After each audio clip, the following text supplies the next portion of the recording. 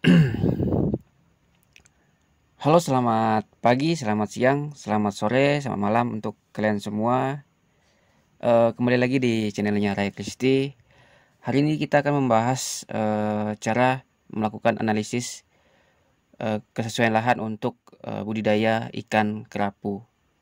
Nah, bahan-bahan yang kita perlu adalah bahan data geospasialnya dan bahan artikelnya. Nah, di sini saya memiliki artikel. Ada dua artikel. Nah, di sini saya mengambil artikel dari jurusan Geografi Fakultas Ilmu Sosial Universitas Negeri Ujung Pandang. Nah, di sini dia melakukan analisis kesesuaian lahan KJA budidaya kerapu di perairan laut Sikakap Kabupaten Kepulauan Mentawai. Nah, di sini saya akan mengacu pada jurnal ini, yaitu mengenai penentuan scoring dan penilaiannya gitu. Nah, jadi saya scroll ke bawah. Nah, ini adalah parameternya, yaitu suhu, kedalaman, kecerahan, salinitas, pH, oksigen, kecepatan arus, tinggi gelombang. Nah, di sini dia memakai 8 parameter untuk melakukan analisis untuk budidaya ikan kerapu. Nah, di sini sumbernya juga jelas, teman-teman. Kita scroll ke bawah. Nah, ini adalah nilai metrik kesesuaian lahan untuk perairan dengan pembobotan dan scoringnya. Nah, ini adalah scoring atau nilai dan bobotnya ini dari hasil sumber ini, hasil modifikasi dalam ini tahun 2012. Nah, nanti kita akan menentukan nilai dan bobotnya melalui dari sini. Nah, oke, kita kembali ke aplikasi. Nah, ini adalah bahan yang saya sudah buat tadi. Sebelumnya saya sudah buat mengenai bahan SAP-nya. Nah, bahan SAP-nya ini kita bisa buat melalui metode IDW, dan datanya itu nanti ambil di lapangan, diuji di lab, bisa jadi lab, baru kita langsung mengelolanya di IDW gitu. Data apa yang diolah gitu. Ini data ini yang akan diolah. Yang ini. Ketika teman-teman turun lapangan, terus itu teman-teman mengambil beberapa sampel di perairannya. Terus itu teman-teman umpamanya teman-teman ada 3 sampel, karena di sini dia cukup sesuai, sangat sesuai, cukup sesuai, tidak sesuai. Nah, jadi ini kita sampelnya kita ambil 3 titik di perairannya. Terus itu kita ambil setiap titik itu akan ditentukan jaraknya berapa, dari satu titik ke titik lain itu jaraknya berapa. Terus itu teman-teman bisa ukur suhunya. Nah, ketika teman-teman suhunya di sini kan 27 sampai 32. Ketika teman-teman mengambil suhu di tempat kajiannya teman-teman, di sini dia menunjukkan 30 derajat Celcius. Nah, itu bisa termasuk golongan sangat sesuai. Teman catat, terus itu teman-teman juga catat koordinatnya. Terus itu juga begitu juga dengan titik kedua. Ketika titik kedua itu teman-teman mendapatkan 23 derajat Celcius, jadi teman-teman juga bisa mencatatnya, dan juga catat koordinatnya nanti akan di input ke aplikasi ArcGIS. Nah, begitupun yang tidak sesuai ini, ketika teman-teman mendapatkan suhu di bawah 20 berarti itu masuk golongan tidak sesuai, dan juga di atas 32 itu juga tidak sesuai. Begitu teman-teman. Nah, jadi datanya ini tidak perlu kita mau ambil litansi terkait, tapi bisa langsung survei di lokasinya, survei kedalamannya, survei kecerahannya, survei tingkat keasinan air lautnya gitu, survei pH airnya. Nah, ketika teman-teman sudah mendapatkan hasil surveinya, baru diolah di aplikasi ArcGIS, yaitu dengan metode IDW, sehingga teman-teman bisa menghasilkan data seperti ini gitu. Ini kita conteng dulu. Oke.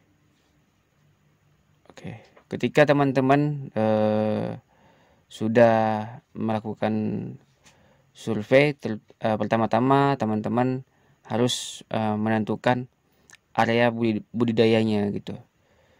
Terus itu teman-teman melakukan batasan wilayahnya, atau melakukan pembuatan delineasi wilayah untuk survei nanti gitu. Nah, ini saya sudah buat. Ini adalah batas budidayanya, area budidayanya untuk ikan kerapu.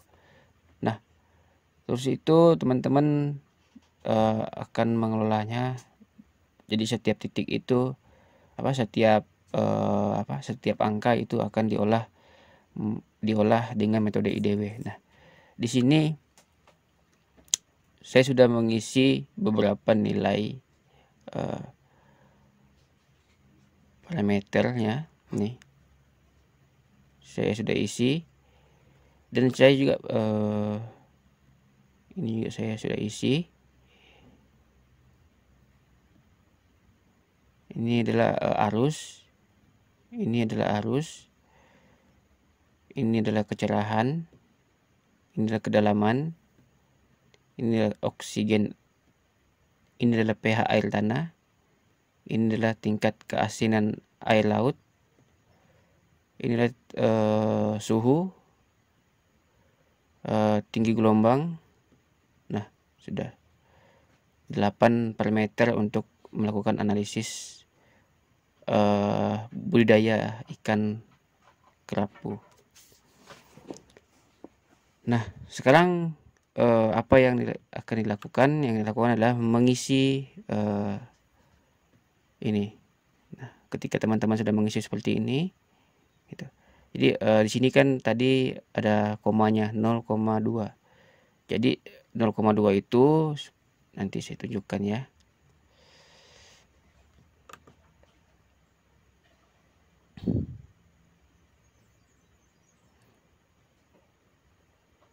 Saya ada yang belum diisi.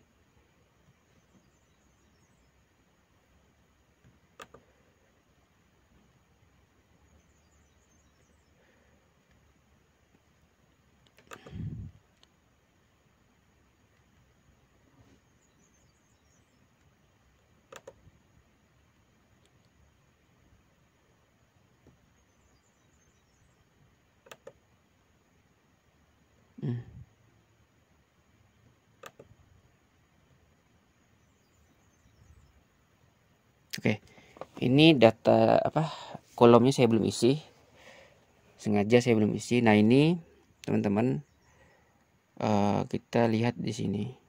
Nah, kita lihat bobot dan nilainya. Nah, ini nilainya semakin sesuai berarti nilainya tinggi. Tidak sesuai itu 1 rendah gitu. Nah, di sini inilah data yang kita kasih masuk gitu. Bukan data yang ini, data yang ini. Kalau data ini nanti akan dihitung otomatis di sini itu, di aplikasinya. Oke. Sini sebelum mengisi ini kita S1. Oke, gini. Nah, ini kita isi karena S1 itu tinggi, berarti ini kita kasih 5. Buka tanda kutip, tulis 5, tutup tanda kutip. Nah, di sini langsung oke.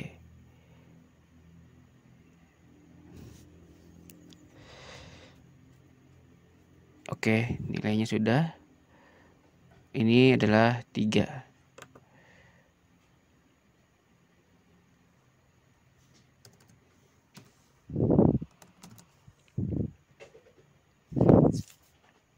Dan ini adalah 1, tidak sesuai.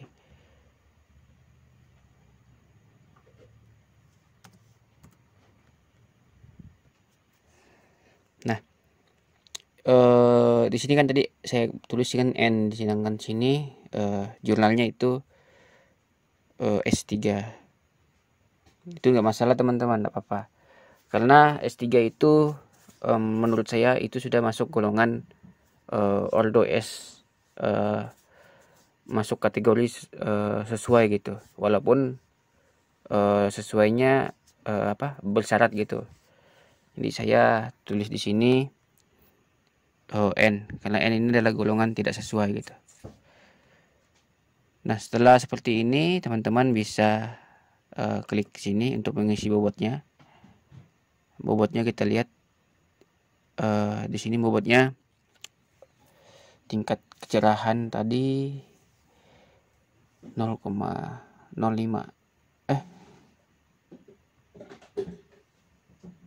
Ya 0,05. Sini 0,05. Nah, setelah teman-teman sudah ketik 0,05, untuk membuat formatnya ini, format tabel ini itu diubah tipenya, yaitu tipe float yang seperti ini teman-teman. Nah, ini float ini adalah biasanya saya gunakan untuk mengisi format koma gitu. Nah, setelah mengisi nilai dan bobotnya, teman-teman tidak usah lagi menyalin ini gitu. Untuk menyalinkan ini ke tabel, teman-teman bisa tinggal hitung saja di aplikasinya seperti ini. Terus itu klik nilai kali bobot, terus itu langsung oke. Setelah mendapatkan nilai skornya ini, nah data inilah yang kita akan melakukan tumpang tindih ke parameter-parameter yang lainnya. Nah, terus itu baru kita melakukan penjumlahan. Nah, setelah melakukan penjumlahan, baru melakukan klasifikasi menurut artikel yang kita dapat. Apakah nanti kita bisa mendapatkan 4 klasifikasi atau 3 klasifikasi berdasarkan hasil hitung interval kelasnya nanti. Oke. Jadi ini sudah selesai untuk mengisi format mengisi data nilai dan bobotnya. Nah, jadi teman-teman ketika teman-teman melakukan analisis ini, lebih baiknya teman-teman memiliki alat-alat untuk mengukur arus perairan, kecerahan, kedalaman, oksigen, pH air dan lain-lainnya itu memiliki alat yang baik untuk bisa diukur gitu. Seperti GPS itu, terus itu sama alat-alat yang bisa diukur seperti arus perairan, kecerahan, kedalaman. Nah, itu biasanya teman-teman yang alat itu biasanya teman-teman yang jurusan jurusan kelautan biasanya, atau jurusan yang berkaitan dengan oceanografi gitu. Jadi teman-teman bisa pinjam pinjam alat-alatnya dorang gitu untuk mengukur parameter ini.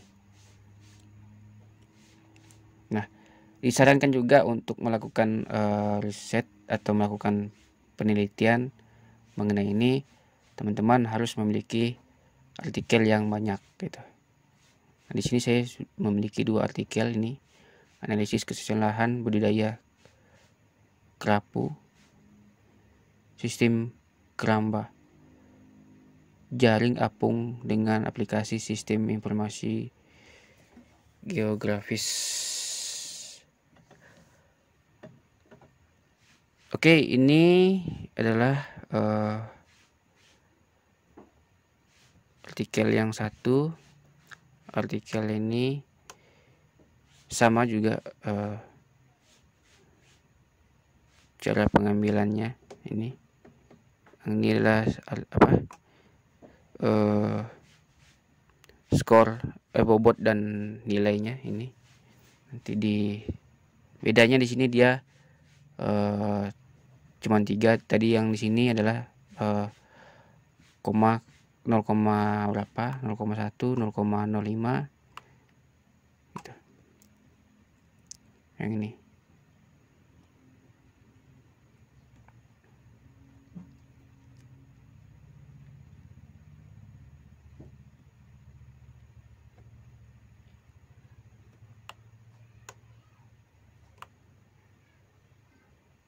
oke. Ini nah di sini saya untuk jurnal yang satu ini saya melihat rumusan kelas intervalnya ini. Oke, di sini kita langsung melakukan metode overlay atau tumpang tindih. Nah, di sini teman-teman bisa klik di geoprocessing, terus itu teman-teman pilih intersect.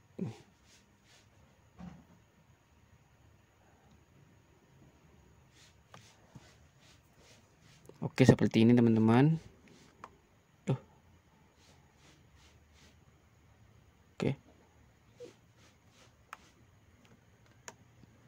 Ini di blok. Ini di blok teman-teman. Seperti ini. Nah, terus itu teman-teman bisa tarik ke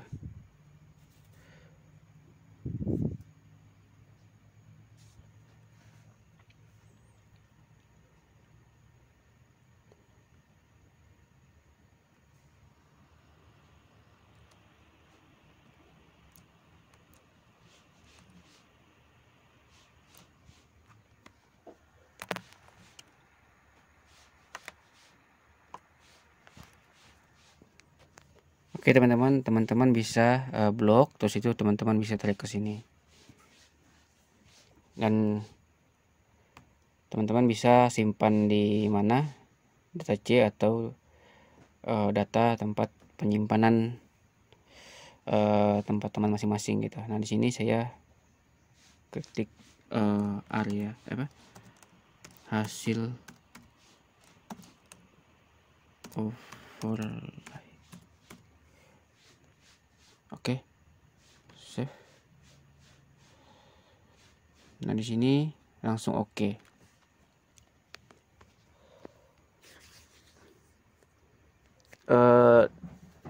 Pasti teman-teman mau tanya, kok setiap melakukan analisis di videonya aku tuh kebanyakan metode scoring atau banyak metode overlay.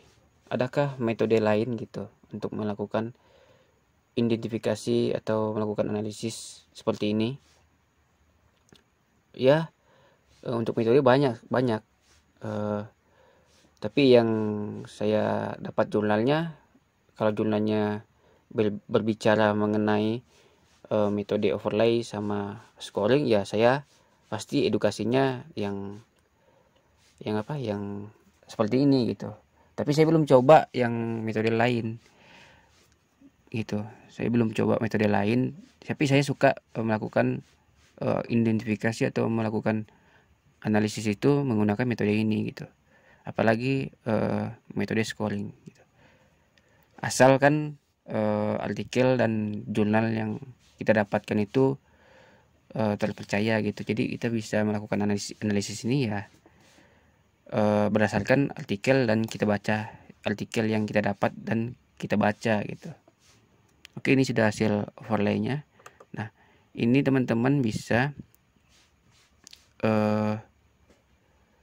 ini bisa langsung saja buka atributnya. Kita kasih besar, klik 2 kali. Nah, ini oke. Nah, ini kita kasih tambah tabel. Di sini tadi apa ya, jumlah gitu, jumlah.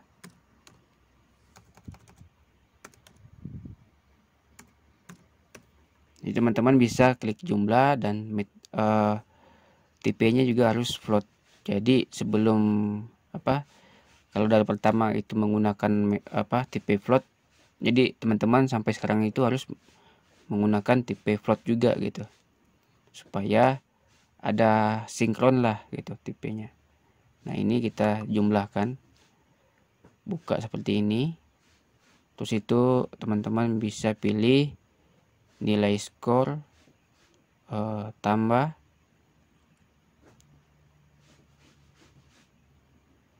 nilai skor tambah nilai skor tambah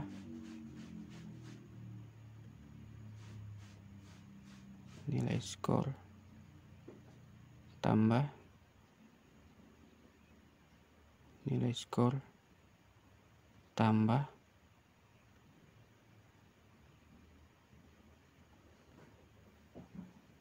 tambah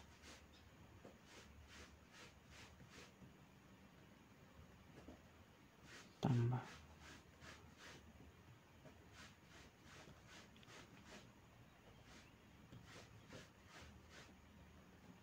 Pastikan semuanya ini adalah 8 parameter gitu. 1 2 3 4 5 6 7 8. Nah, pas 8 kita langsung oke.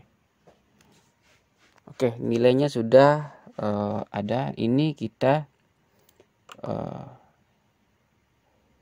seperti ini nih.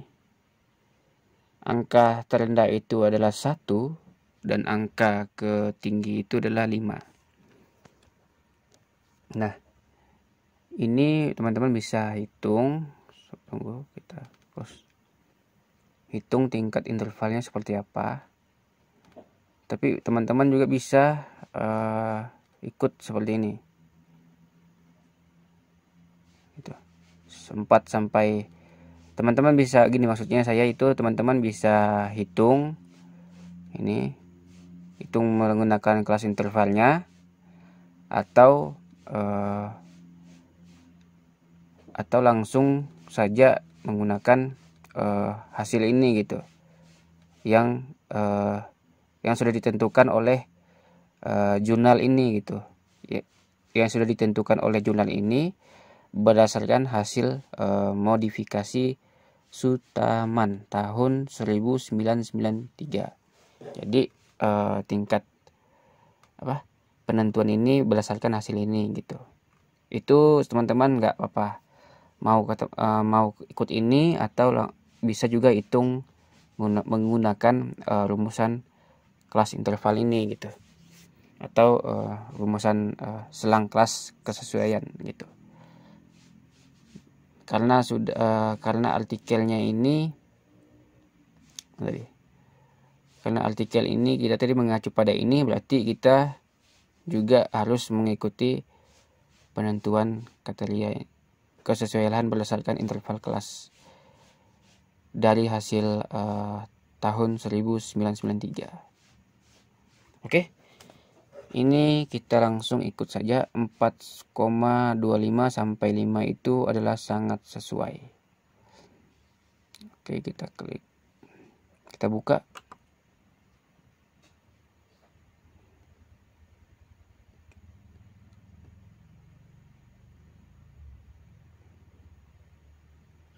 kasih begini. Oke, ini kita tambah, ini kita tulis ke sesuai. Oke, seperti itu teman-teman. Langsung teks, tipenya teks. Oke, yes. Oke, ini kita kasih seperti ini. Nah, tadi jurnalnya ingin kita dari yang tidak sesuai 1 sampai 29. 1 sampai 2,9. 1 sampai 2,29. Karena tidak ada 2,9 di sini, yang ada adalah 2,8. Jadi tingkat jarak intervalnya sampai di sini gitu. Ini kita tulis tidak sesuai.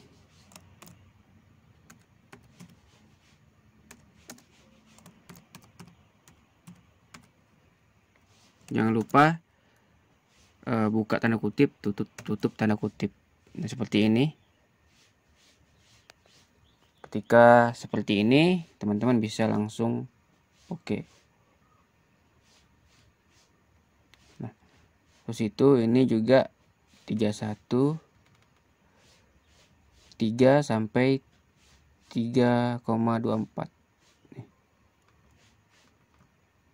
Karena 3 tidak ada, sini cuma 3,1 sampai 3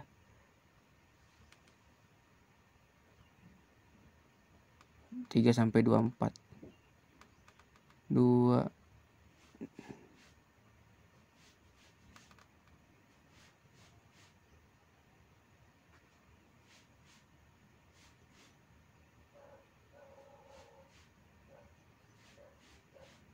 Oke, berarti sampai sini. Oke, sampai sini. Terus itu ini dibilang cukup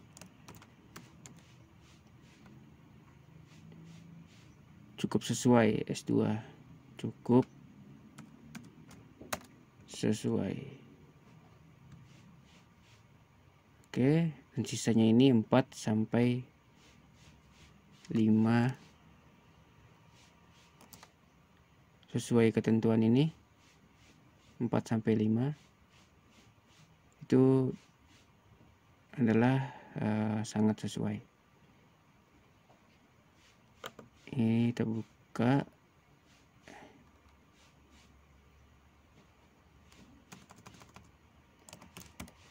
Sangat sesuai. Oke, seperti ini.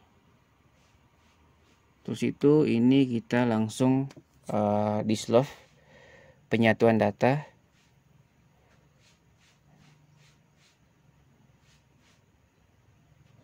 Hasil overlay.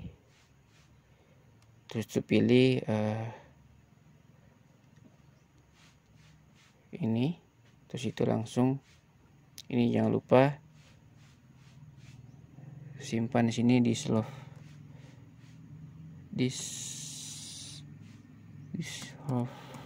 Oke, SHP.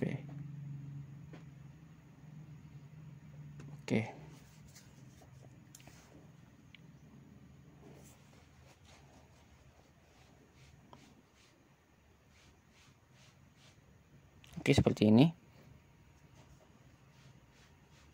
Dan ini kita kasih warna.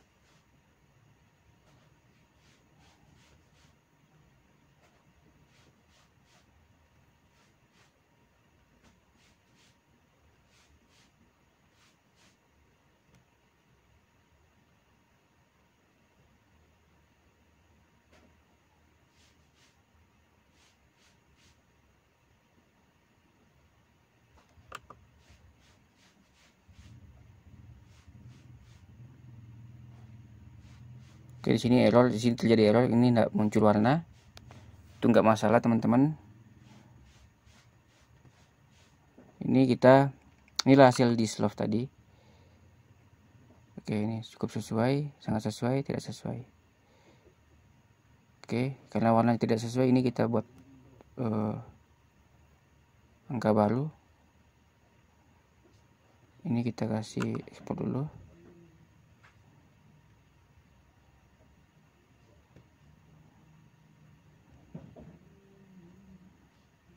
Oke, save.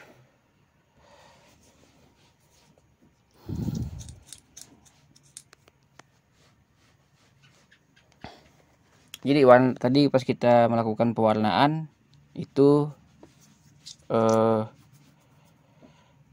tidak ada warna gitu. Kita tunggu proses dulu penyimpanan ini datanya. Ya agak lama lah videonya ini karena laptop saya juga ini untuk merespon aplikasi ini lambat gitu.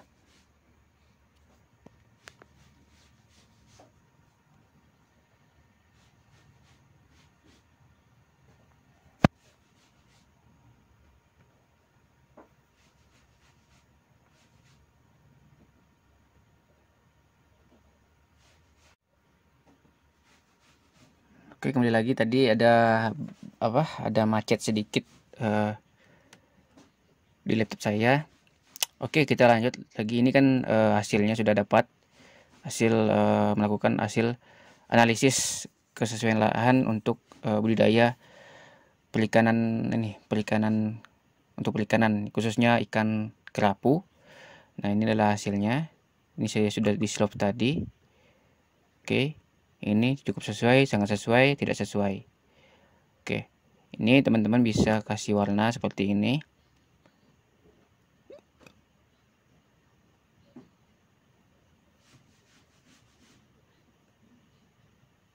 Oke, ini bisa pilih warna. Ini sangat sesuai, ini di atas. Oke, kita tentukan lagi warnanya seperti ini.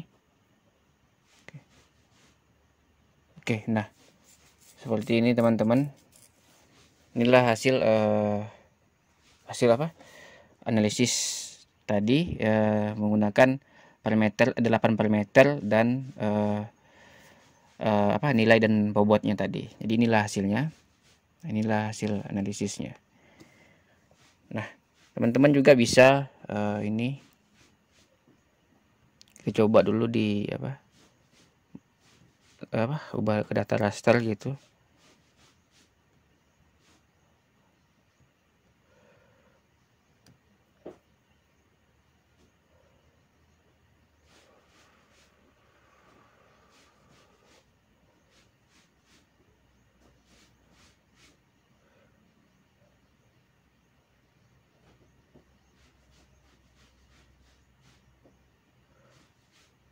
Polygon to raster.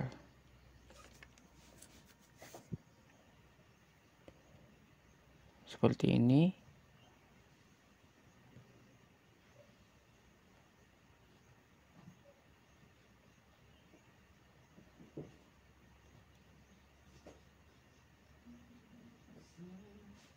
Kita coba.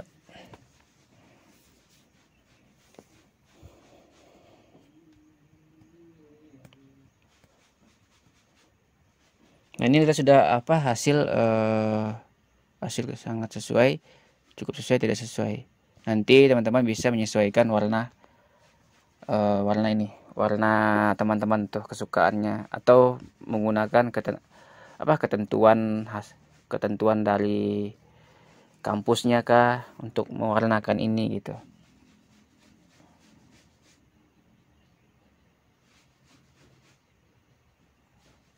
Ini sudah ada rasternya teman-teman.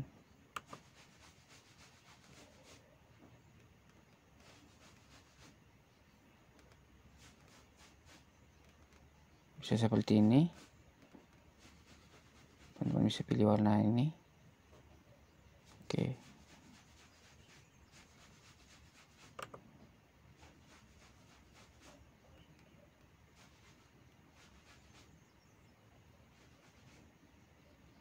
teman-teman bisa warna kayak gini juga.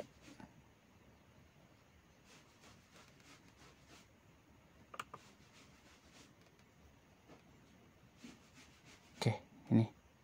Tapi yang penting yang sama sih. Nah, oke, inilah hasil ya. Oke, sampai di sini videonya. Nanti kapan-kapan saya bisa buat video lagi mengenai ini, mengenai apa, cara buat identifikasi suatu lahan atau kesesuaian lahan. Nanti saya akan buat kalau saya bisa ada waktu untuk membuat videonya gitu. Oke, terima kasih sudah menonton video saya sampai sampai sekarang, dan terima kasih sudah support saya di channel ini. Mudah-mudahan channel ini bisa berkembang untuk edukasi mengenai informasi geospasial. Oke, sampai di sini saya juga tidak lupa bilang salam kepada kalian, yaitu salam satu peta.